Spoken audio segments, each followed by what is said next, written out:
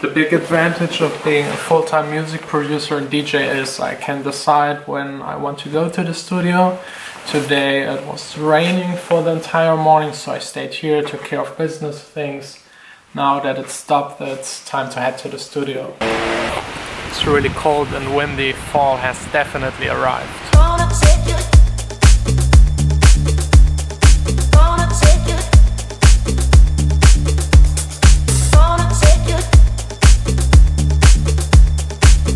Before getting started with work, I have to make a quick announcement. There will be one big change to this channel. I usually share with you all of my working process. From today on, this isn't really possible anymore to at least some extent. Let me try and explain. So I produce a lot of music here in the studio that has vocals on top of them, and most of the time the people are okay with me sharing it on YouTube before it is even released, and I always ask the people. But now someone, for reasons that I really understand, doesn't want it to be on YouTube anymore, so I will have to delete 2 or maybe even 3 videos, which is a bit sad, but that's just the way it is. And from now on I will only share with you the content where I have in writing that I'm allowed to share it with you. I'm sure you can understand it. And also today, for the rest of the day, I'm working on another vocal track that I can share with you. So I was thinking about answering one of your questions in more detail. Someone was asking about how to get DJ gigs, and since I'm playing my next gig on Friday evening, it's the perfect timing to talk about it. I think I was 13 or 14 when I started buying my first records, and the good thing about these things is that they cost money, so not everybody could be a DJ. Nowadays you just need USB sticks, you go to a club and play. Back then you needed to invest at least 2,000–3,000 euros in records to even play 1 or 2 hours in a club. And because of that high of an investment, there were a lot less DJs out there. It was way easier to get DJ gigs.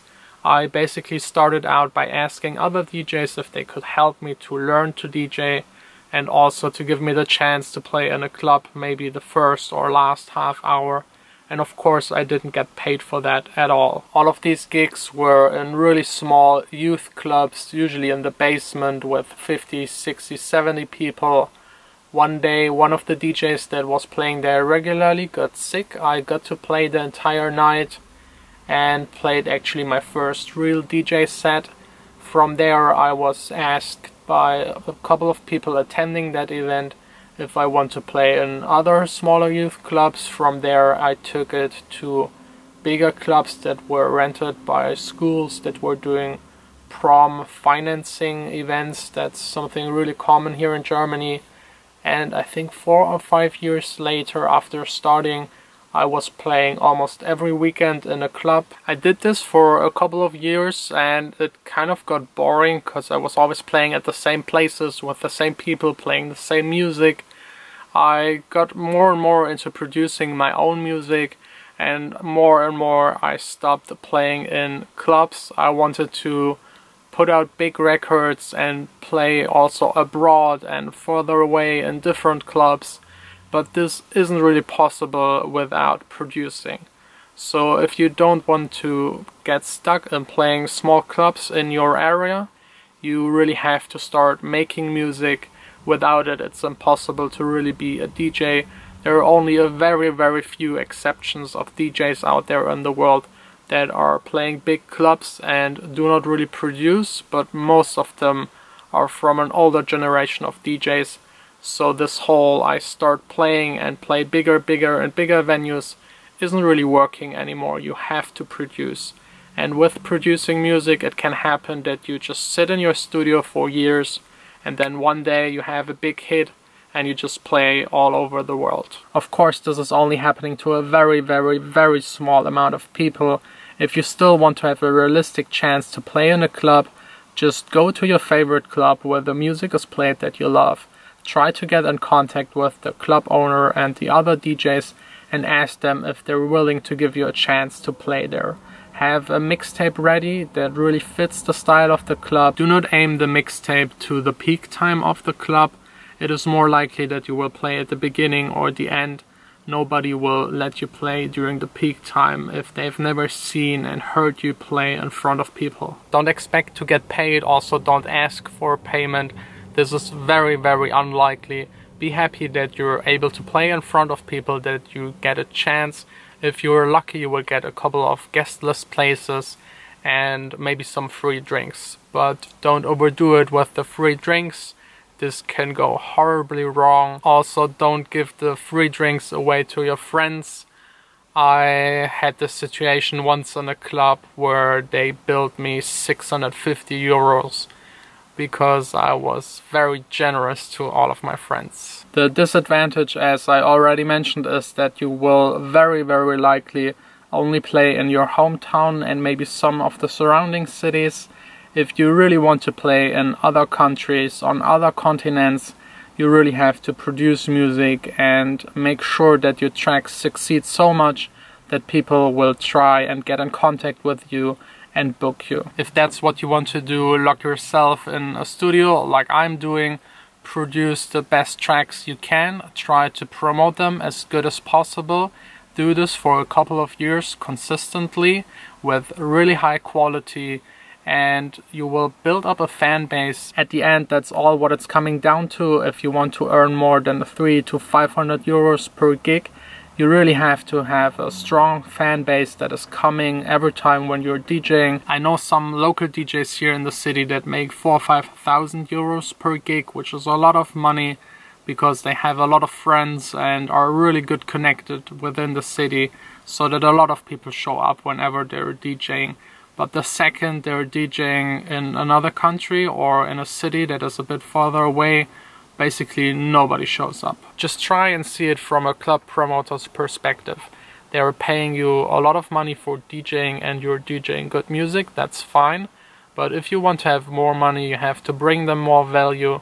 And if 100 or 200 people just show up because of you and they're paying an entrance and they're drinking a lot and they're recommending the event to other people, that's really worth it for the club promoter.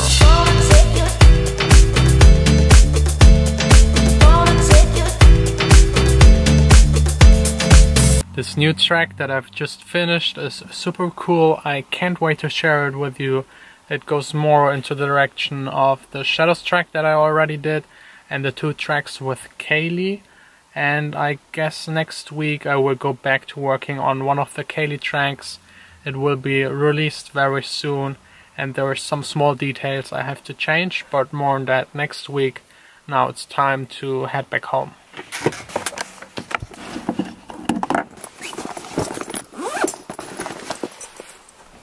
I didn't have anything to eat yet and I'm super hungry, so let's see what my least favorite supermarket has to offer. Maybe some snacks, beer, it's just €1. Heat and eat is exactly what I need for tonight.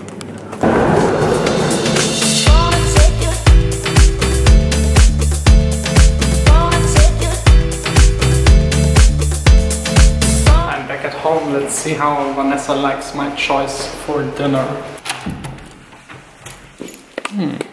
Nobody home. She isn't home. She probably told me what she's doing tonight and I forgot it. So let's talk a bit more about how to get DJ gigs. You could also try to get a job at a radio station as a radio host and from that get gigs. Some people get gigs because they're working in the music industry. It is really common for label bosses that are not DJs and not music producers from time to time to play at certain events. These are all really indirect ways to get DJ gigs, and that's probably not what you have in mind. Another way would be to do DJ contests, but be really careful with them. 99.9% of these contests are just a big rip-off. They try to take advantage of young DJs that want to DJ.